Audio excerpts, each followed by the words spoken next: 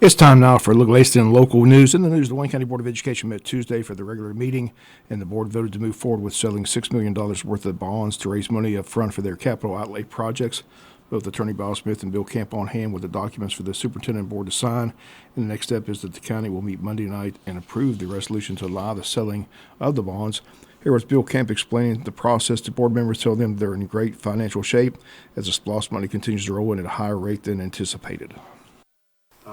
Pricing your bonds was actually before the end of the calendar year, and trying to come up with an idea of what the interest rate was going to be, that sort of thing. And this is a graph of the 1 year treasury yield for the last year.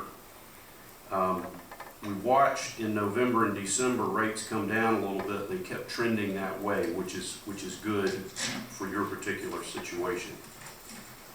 Page 3. Your sales tax continues to thrive. We're having growth upon growth upon growth. The last 5 years, you've averaged over 10%. So I'll jump ahead to come back to, under very, very conservative assumptions, you can more than pay for all the bonds that the voters approve that you're hopefully going to be approving tonight. By a large margin, we have plenty of money to make debt service payments. Page 4, when we voted the sales tax, you have authorized up to $20 million of bonds, principal amount of bonds, and various projects. You have pretty wide open use of your sales tax and bonds. 82% approval rate, which is awesome. Next page, page 5. So we're 6 months into the levy of the sales tax 5. You collected about $2.6 million in the first few months. And at $6.1 million a year here on out, in other words, assuming no growth, you're going to collect over $29 million in sales tax. Next page. You all borrowed $13,875,000 principal amount back in 2023. What you're being asked to approve tonight is the remaining $6,125,000. Together, that totals that $20 million figure that your voters approved. Next page, page 7 shows you. I know these are little numbers. I love them. I'm sorry, but all told, maximum annual debt service is about $4,751,000 versus $6,000,001 that you're presently collecting. So you have plenty of money to make these payments, and you're going to have about $2 million a year as you go through the SPLOST for additional capital needs. So what these bonds are is like a cash infusion to help you get to these needed projects and start them immediately. And once again, the board voted unanimously to sell the bonds. One buyer, First Citizens Bank. Once again, it'll be officially Monday night after the county signs off, which they have to do so by law. Superintendent Tony Williams says there's a tight timetable. Those interested in bidding on the projects will meet at the high school on February the 11th. Bids will be due on the 27th of February, and the board hopes to have their construction manager hired before that time as well. Board looking to build an ag center, an ROTC building, and a weight room. Other news from the meeting under public participation. Mr. Jason Young spoke, questioned why the Board of Education did not conduct a search for its next school superintendent. Again, the board meeting this morning at 8 a.m. to make interim school superintendent Tony Williams their full-time superintendent, as she's the lone candidate. Young says it's a bad optic for the board not to open it up. He said he had nothing bad to say about Tony Williams, but he did state that she does not have an education background, and Young said the board is not serving the community by not opening up the process.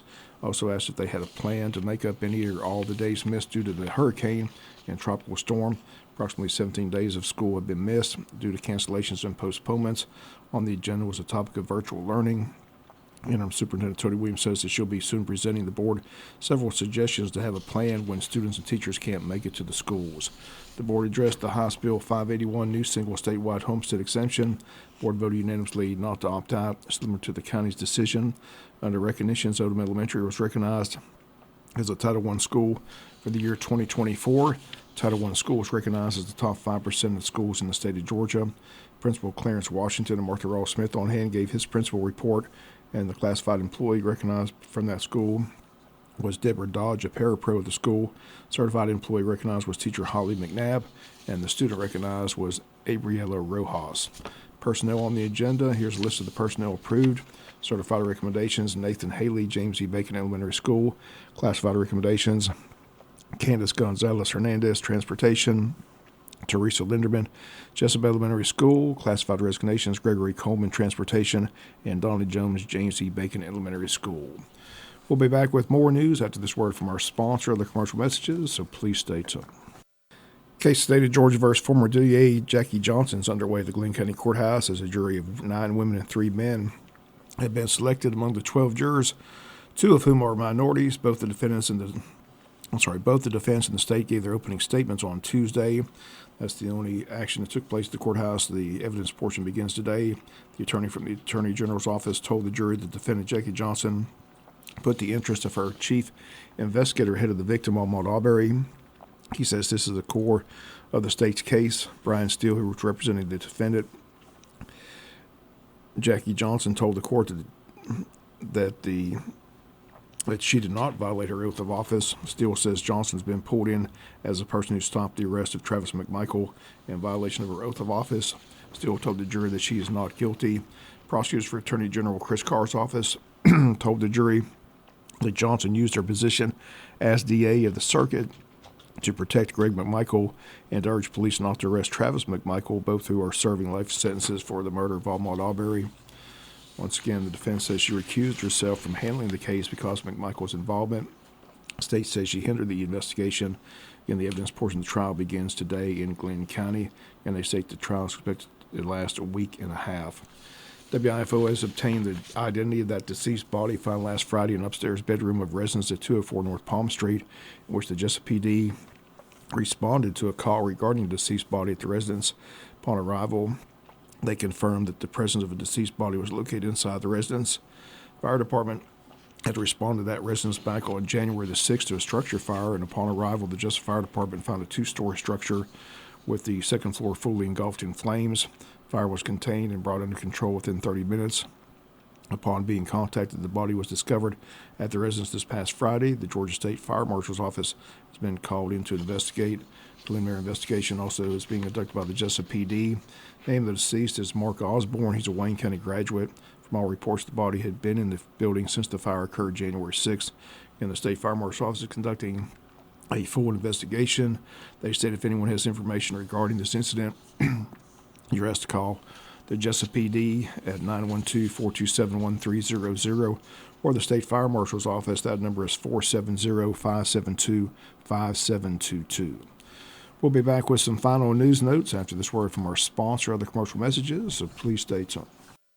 Final notes and news: the Wayne County Commissioners are set to meet on Monday night at 6 p.m. for their regular monthly board meeting. On the agenda under old business, consider and approve an update to the Animal Control Ordinance. Aging Advisory Committee appointment on the agenda. Also consider and approve J.C. Landing Agreement with the Wayne County Tourism Board. Under new business, consider and approve resolution relating to the Wayne County School District General Obligations Sales Tax Bonds. Consider and approve bids for F-354 truck for the road department. Consider and approve bids for the courthouse doors and windows. And consider and approve local victim assistance funding distribution. Items with the administrator, items with the county clerk, items with the commissioners, all that set for Monday at 6 p.m. at the county commissioners meeting room.